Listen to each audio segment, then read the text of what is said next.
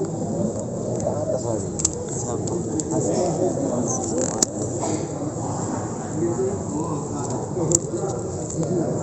Aku tak sampai.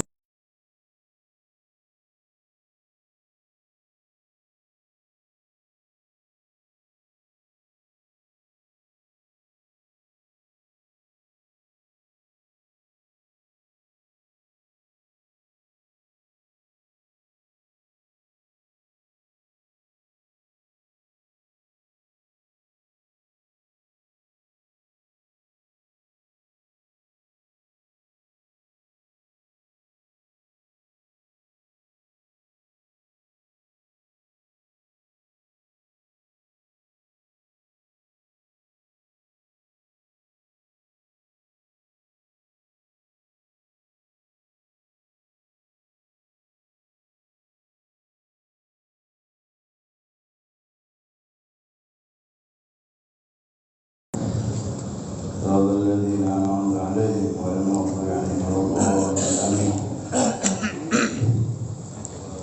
اللهم صل وسلم وبارك عليه. لا إله إلا الله. لا إله إلا الله. لا إله إلا الله. محمد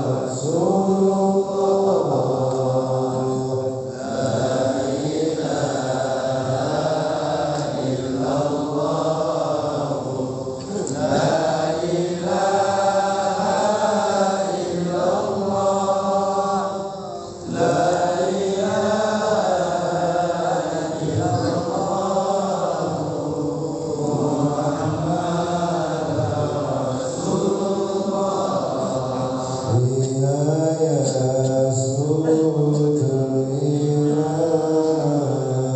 لا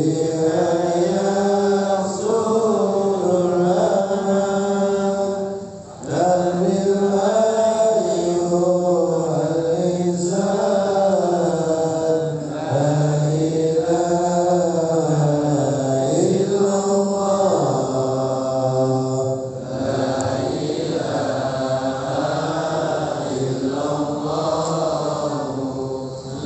إلا الله. لا إله إلا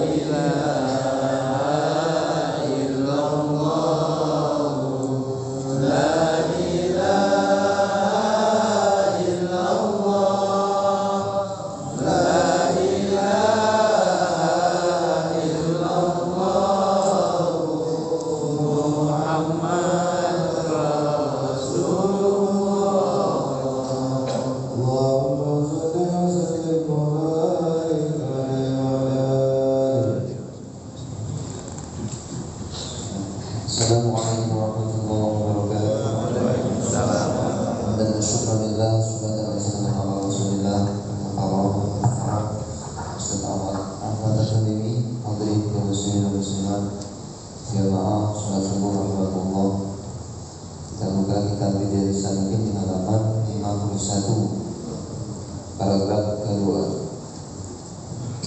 Karena itu yang memiliki manaqib itu bukan hanya para wali saja, akan tetapi para sahabat Muhajirin dan Ansar juga memiliki manaqib. Lihat kitab Bukhari disebut. Dengan demikian jelas sekali bahwa manaqib itu ada dalam Al-Quran dan hadis. Oleh karena itu, kepada orang yang memuridkan membaca manaqib, jangan dibid'ahkan atau disalahkan, karena semua itu hanya sebagai melihat akhlak para sholihin dan sholihin, agar kita dapat mencontoh kepada mereka, karena mereka juga meniru akhlak Nabi Sallallahu Alaihi Wasallam. Orang yang mengikuti kepada orang yang meniru kepada Nabi Sallallahu Alaihi Wasallam adalah sama saja dengan orang yang meniru kepada Nabi Sallallahu Alaihi Wasallam, karena menurut qaidah ahli manatiq annal mundarija fil mundariji mundarijun tahta dzalika syai'in. Kesimpulannya, seandainya kita meniru atau mengikuti perjalanan wali-wali Allah, itu sama dengan meniru kelakuan Rasulullah SAW, sebab kelakuan para wali-wali tidak keluar dari dasar-dasar Al-Quran dan Sunnah. Karena Allah tidak menjadikan seseorang jadi wali melainkan karena mereka takwa kepada Allah, sebagaimana firman Allah, in awliya'uhu innal muttaqun. Orang-orang yang berhak menguasainya hanyalah orang-orang yang bertakwa. Quran Surah Al-Anfal ayat 34. Dengan demikian, siapa saja yang cinta kepada para wali sama dengan cinta kepada Nabi Sallallahu Alaihi Wasallam. Bismillahirrahmanirrahim. Alhamdulillahi Rabbil Alamin. Allahumma salli ala nuril anwar wa sirril asrar wa tiryakil aghyar miftahi babil yasar Sayyidina wa maulana Muhammadin al-Mukhtar wa alihi al-athhar wa ashabil aghyar adada ni'amillahi wa ibdali. Subhanaka la ilma lana illa ma 'allamtana innaka antal alimul hakim. Allahumma dzakirna ma nasina wa 'allimna ma jahilna wa la hawla wa la quwwata illa billahil 'aliyyil 'azim. Qala musannif rahimahullah ta'ala wa nafa'ana bi'ulumihi fid darain amin. Jamaah salat subuh rahimakumullah. Assalamualaikum warahmatullahi wabarakatuh. Alhamdulillah, senantiasa kita mengucapkan pujian dan syukur kita kepada Allah atas limpahan rahmah hidayahnya. Subuh ini atas izinnya kita dapat melanjutkan kajian kita, mudzakarah kita, panduan kitab Bidayatus Salikin. Masih tambahan mengenai manaqib. Ya. Jadi manaqib itu menyebutkan biografi perjalanan orang yang salih dari awal, bagaimana dia menuntut ilmu, kemudian ibadahnya sampai dia menjadi dekat dengan Allah dan menjadi kekasih Allah Subhanahu wa taala. Itu manaqib yang menceritakan bagaimana contoh orang-orang yang kembali kepada Allah. Jadi ayatnya mana yang kemarin, wattabi sabila man anaba ilayya, ikutilah jalan orang yang kembali kepadaku. Kembali itu bukan meninggal, dia sudah kembali mendekatkan diri kepada Allah di dunia ini. Nah, orang ini orang yang saleh, orang yang sudah baik zahir batin, luar baik, dalam pun baik. Kebanyakan orang baik di luar saja nampaknya, tapi dalamnya masih banyak penyakit. Nah, tapi orang yang kembali kepada Allah ini, alhamdulillah, kita disuruh mengikuti karena dia sudah baik betul zahir dan batin. Nah, kemudian demikian juga para sahabat, orang-orang yang pertama kali masuk Islam, dipuji oleh Allah Subhanahu wa taala, Muhajirin dan Ansar, walladzina tabauhum bi ihsan, dan orang-orang yang mengikuti mereka. Berarti sahabat pun ada biografinya, contoh yang baik bagi orang berikutnya mengikuti para sahabat, karena sahabat mengikuti Nabi Muhammad sallallahu alaihi wasallam. Ini namanya manaqib, mengikuti jalan-jalan orang yang kembali kepada Allah. Nah, karena itu kata pengarang kitab ini, ya, yang memiliki manaqib itu bukan hanya para wali saja, bukan hanya para aulia, akan tetapi para sahabat Muhajirin dan Ansar juga memiliki manaqib. Kalau kita buka hadis Sahih Bukhari, banyak di sana disebutkan bagaimana kisah-kisah para sahabat itu sampai dia menerima Islam, dan bagaimana riyadahnya ibadah mereka sampai mereka dekat kepada Allah Subhanahu wa taala. Tapi mereka punya mursyid. Mana mursyidnya? Tak ada lain kecuali Nabi Muhammad sallallahu alaihi wasallam. Ya, maka mursyid yang terbaik itu Rasulullah. Maka sahabat itu sebanyak itu jadi orang yang baik semua. Yang preman jadi baik. Umar bin Khattab itu preman betul. Bunuh orang, ya, berkelahi tak pernah kalah, bergulat menang tos, ya, nah, membunuh udah biasa, minum khamar udah biasa. Bagaimana Nabi menjadi mursyid? Mursyid itu penuntun yang menuntun jalan. Orang nakal seperti Umar menjadi kekasih Allah. Itulah mursyid. Mursyid masih ada sampai sekarang, ya. Nah, mereka inilah yang kita ikuti, termasuk manaqib dalam tarekat kita ini yang paling dominan Sayyid Syekh Abdul Qadir Al-Jilani qaddasallahu sirrahu. Biografi beliau ini banyak dicatat ulama, kitabnya banyak. Ya, bagaimana perjalanan beliau dari awal sampai menjadi kekasih Allah Subhanahu wa taala. Nah, oleh karena itu kepada orang yang mewiridkan membaca manaqib, jadi kalau sudah rutin kita mewiridkan manaqib dalam terakat kita ini sebulan sekali, berarti diwiridkan sebulan sekali. Nah, itu dibilang janganlah disalahkan karena dia punya dasar. Apalagi kelompok-kelompok yang memang tak senang dibid'ah-bid'ahkan, ya, dibid'ah-bid'ahkan. Macam maulid. Kalau maulid dia tak mau, tapi Siratul Nabawi, kisah Nabi dia mau, sama juga. Istilah saja, ya kan? Istilah saja. Manaqib dia tak mau, tapi kisah orang yang saleh dia mau, sama juga. Istilah kan? Nah, mereka ini terjebak dengan istilah, ya. Tahlilan dia tak mau, tapi zikir sama juga. Apa bedanya? Jadi substansinya apa? Itu penting. Ya, intinya apa? Nah, ada itu. Karena semua itu hanya sebagai mengingat-ingat akhlak para sholihin dan siddiqin. Nah, jadi manaqib ini kita diingatkan bagaimana cara akhlaknya orang-orang yang salih, bagaimana orang-orang yang siddiq, agar kita dapat mencontoh kepada mereka, karena mereka juga meniru akhlak Nabi Muhammad sallallahu alaihi wasallam. Itu saja. Makanya kalau ada orang yang salih, boleh ikut saja orang salih tersebut, walaupun dia tak kenal Nabi. Kisah Nabi dia tak faham, dia tak pernah berjumpa dengan Nabi. Bagaimana mendetil akhlak Nabi dia tak pernah tahu, tapi dia ikut gurunya, selamat. Karena gurunya sudah pasti berakhlak dengan akhlak Nabi Muhammad SAW. Tapi ingat ya, guru yang betul. Nah, guru yang mursyid, yang bisa membimbing kepada Allah. Nah, guru ini insya Allah dia tidak akan menyalahi cara Nabi Muhammad SAW. Siapa yang tak beradab dengan guru, maka dia tak beradab dengan Nabi, karena guru itu mengikuti Nabi. Siapa yang tak berakhlak dengan Nabi Muhammad, tak ada adab, maka dia tidak beradab dengan Allah Subhanahu wa taala. Inilah dia. Makanya saya bilang tiga ni: guru, orang yang saleh, Nabi Muhammad, Allah. Ini jadi jamiah.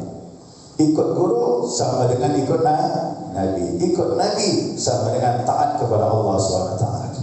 Untuk Nabi ini sudah jelas sudah, ya. Wa may yuti' rasul faqad ata' Allah. Siapa yang taat kepada Rasul, sungguh dia telah taat kepada Allah. Itu dah kuncinya. Nah, sekarang kita taat dengan guru yang benar, karena guru mengikuti Nabi Muhammad SAW. Inilah di manaqib. Di situ kita duduk, insya Allah dosa kita diampuni oleh Allah. Kan ada hadis itu. Di situ kita duduk manaqib, insya Allah rahmat Allah turun kepada kita. Di situ kita duduk, barakah dapat. Begitu. Ubah minimal. dosa kita telah dicuci oleh Allah SWT.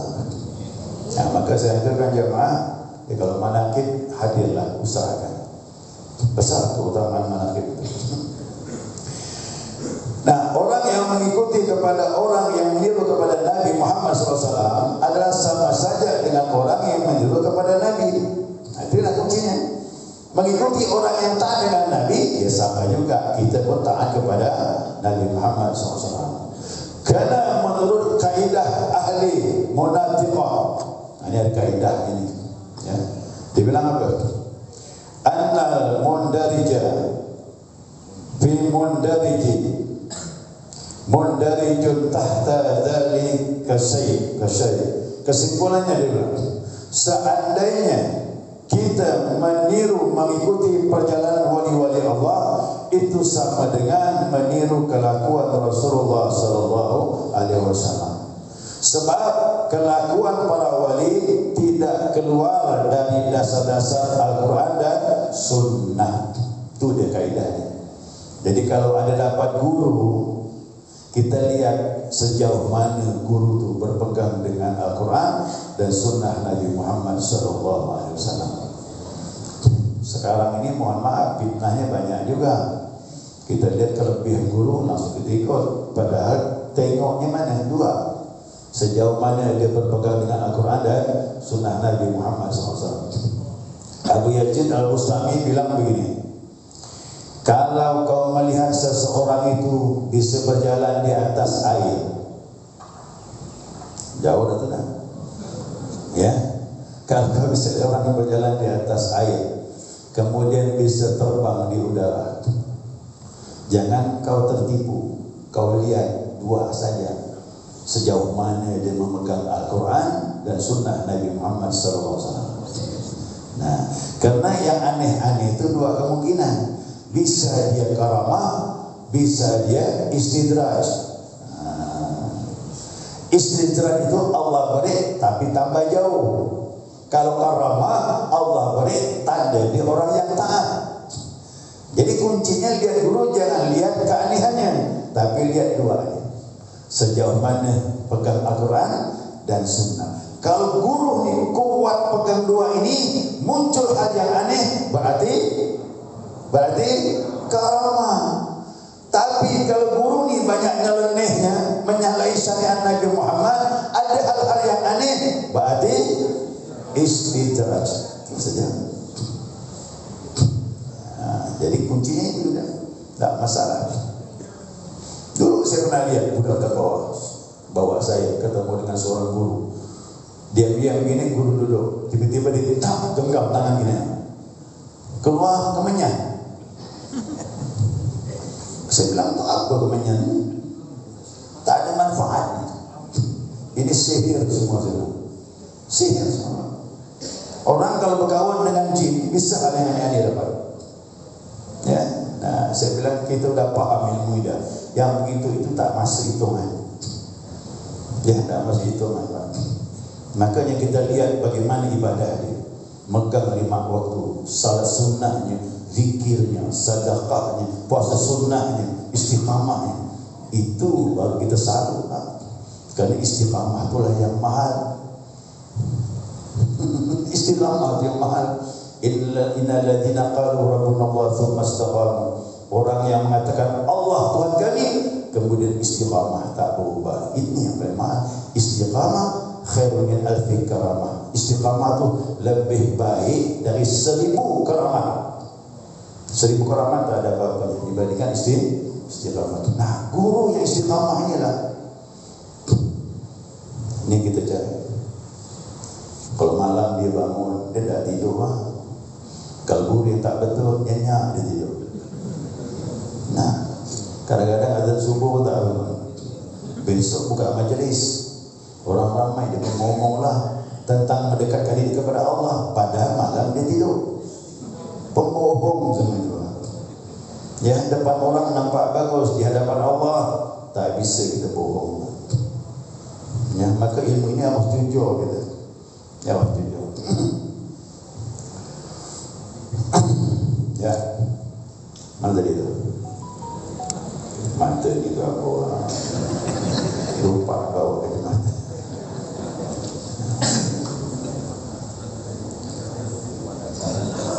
Ya, jadi para awliya ini, para wali Allah ini, dia itu tidak pernah keluar daripada dua, Al-Quran dan Sunnah. Karena Allah tidak menjadikan seorang wali melainkan karena mereka takwa kepada Allah. Itulah dia. Jadi wali itu pasti orang yang bertakwa. Siapa yang bertakwa? Dia menjaga hukum Allah dimanapun dia berada. Itu dia takwa. Ini firman Allah, in awliya'uhu illa al-muttaqun. Ya, melainkan para kekasih-kekasihnya, orang yang ditolongnya. Siapa yang tolong tadi? Allah. Orang-orang yang ditolong Allah mendekatkan diri kepadanya illa al-muttaqun, melainkan dia orang yang bertakwa. Dah pasti itu dah. Setiap wali pasti bertakwa. Orang bertakwa pasti jadi kekasih Allah Subhanahu wa taala. Dan dengan demikian, siapa saja yang cinta kepada wali sama dengan cinta kepada Nabi Muhammad sallallahu alaihi wasallam. Ya, itu kuncinya. Jadi tolong jamaah jangan membenci para aulia. Jangan membenci orang-orang yang saleh. Nanti ada hadisnya. Pertemuan akan datang saya sampaikan hadisnya. Kualat gitu. Bagi saya lebih baik saya tak bertemu kekasih Allah, ibadah kepada Allah, daripada saya ketemu kekasih Allah tapi saya membenci dia. Mana? Karena saya dah faham, karena para wali itu darahnya racun. Kita membenci dia, kena ke kita itu. Nah, lebih baik kita diam saja. Lah, bagi saya lebih baik saya tak ketemu kekasih Allah daripada saya membenci dia. Nanti kualat. Ya. Nah, tapi kalau kita senang sama dia bagus. Karena orang yang dipertemukan dengan wali Allah dan dia mencintainya, ada rahasia di sana. Orang itu akan disampaikan juga kepada Allah SWT. Karena para wali itu kalau orang cinta dengan dia, karena dia cinta kepada Allah, dia akan mohon kepada Allah, orang ini bagaimana didekatkan dengan Allah Subhanahu wa taala. Makanya kalau ketemu orang begini kita beradab. Menyebut-nyebut dia saja berkah datang. Menyebut-nyebut dia saja dosa diampunkan. Bagaimana mencintainya? Oh, tentu kita pun diajar Nabi ada sebuah doa. Doa dari Nabi, Allahumma inni as'aluka hubbaka wa hubba man yuhibbuk wal amal alladhi yuqarribuna ila hubbik.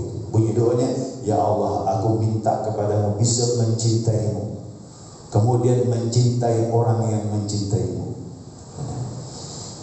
dan mencintai amalan-amalan yang bisa menyebabkan dapat cintamu, ya Allah. Nah, cinta kepada Allah tak mampu, cinta orang yang mencintai. Inilah dia, orang yang saleh yang manakibnya kita bacakan setiap bulan. Jadi jalan mencintai Allah tak dapat, tapi jalannya cintailah orang yang mencintai Allah. Dan siapa yang mencintai orang mencintai Allah sama dengan cinta dengan Nabi Muhammad sallallahu alaihi wasallam. Mudah-mudahan, karena manusia ini mohon maaf di hari kiamat nanti dikumpulkan dengan orang yang dicintainya. Ya, makanya saya sampaikan, ibu dengan suami, suami dengan istri, kalau mau kumpul di sana nanti, cintailah karena Allah, bukan cinta kerana duit. Ya kan? Kau kerana duit tu cinta di dunia, ya tu akhirat tak sampai. Kena cinta sampai akhirat ini, cinta tanpa pamrih. Duit dapat juga, tapi cintailah kerana Allah. Ya, cintai kerana Allah. Kerana orang rasa mencintai, dia tak bakhil lagi. Tahu tak ni? Orang kalau saling mencintai kerana Allah, dia tidak bakhil. Tahu tak? Tidak kikir. Tak ada kedekut lagi dah. Ya. Kalau saya mencintai istri saya pasti menyenangkan dia. Kan gitu. Kalau suami, istri mencintai suami, sama juga.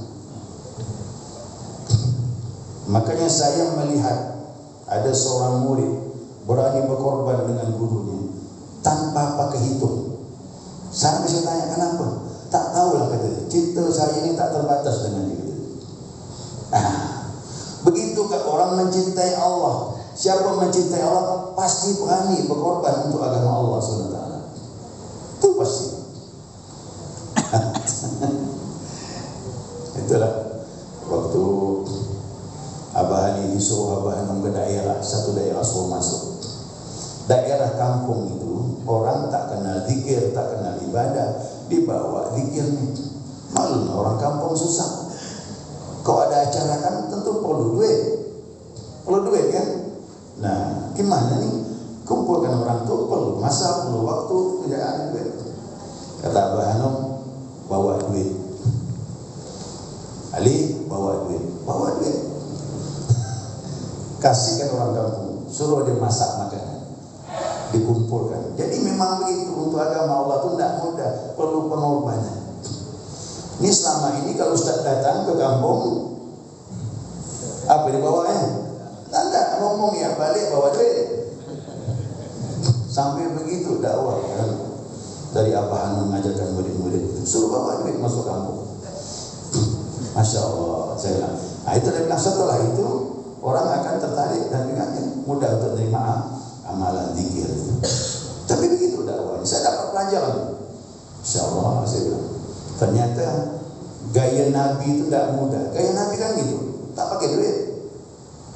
Gaya Nabi dakwah, ada mau ya dakwah orang ikut.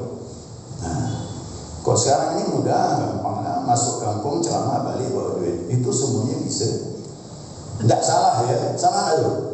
Ada, karena yang tak boleh itu menentukan. Ustaz, bisa tak ceramah saya ini? Kampung saya di mana kampung ini? Boleh, berapa bapak dikasih aku? Nah, ini yang tak boleh nih. Ini kan?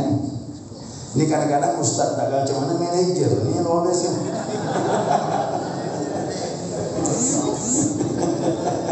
Manajer berlebihan. Saya nak Buya Hamka. Buya Hamka masih ingat saya sampai berita ke saya. Di Pontianak mengambil beliau.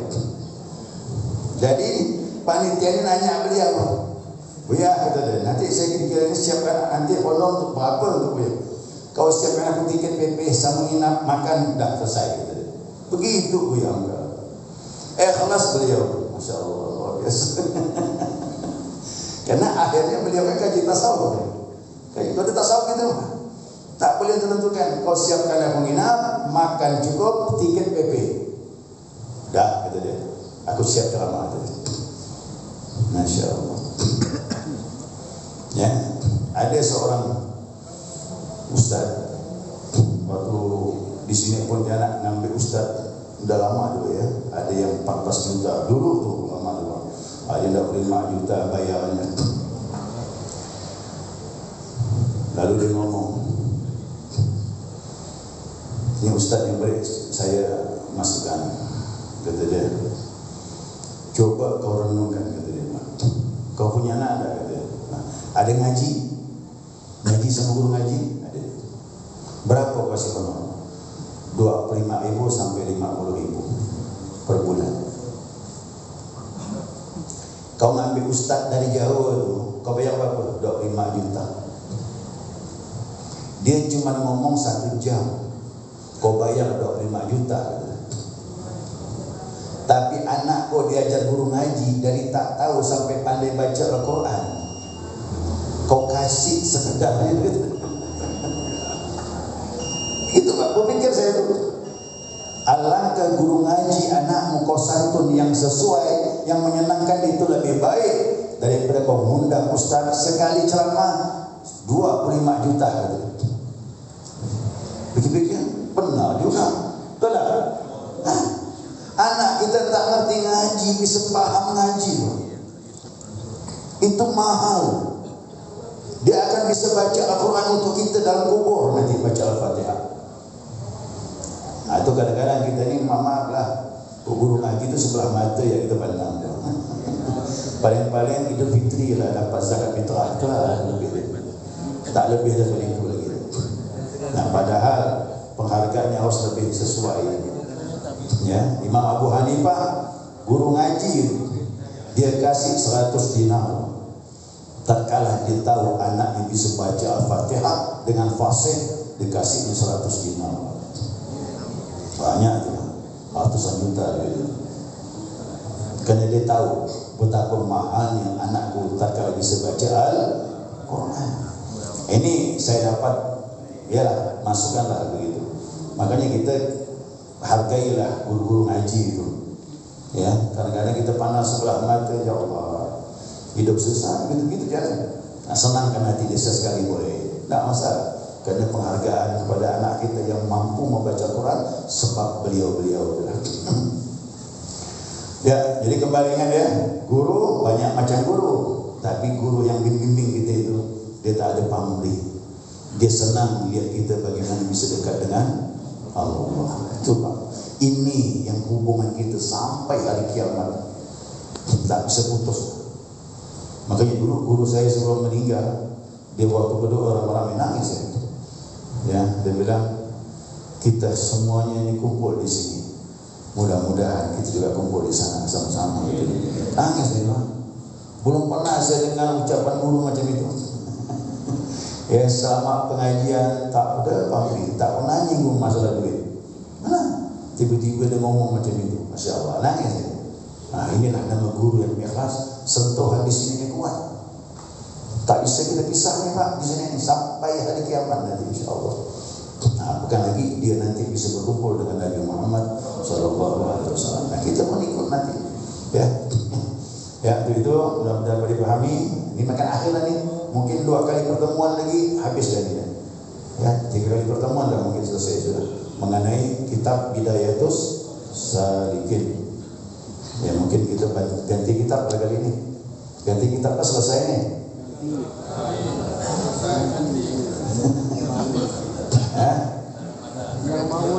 Perumus masjid, mana perumus masjid?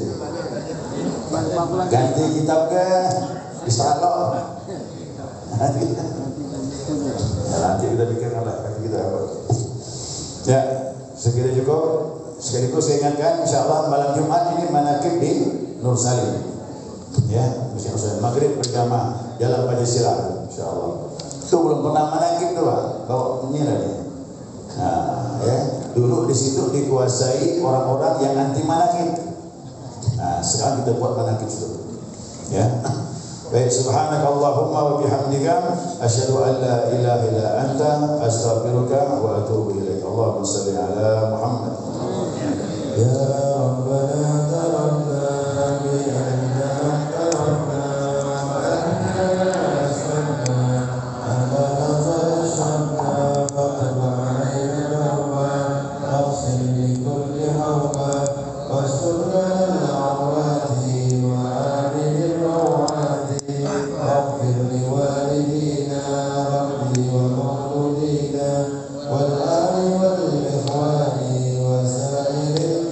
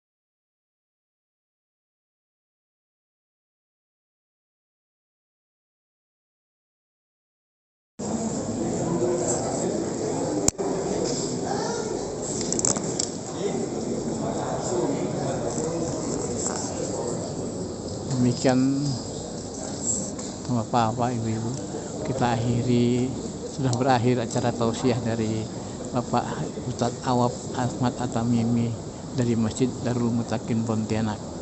Dengan begitu kami mengakhiri di kami pagi ini. Insya Allah akan kita sambung lagi nanti sebelum asar ya. Billahi taufiq wal hidayah. Semoga bermanfaat dan barokah untuk kehidupan kita. Assalamualaikum warahmatullahi wabarakatuh.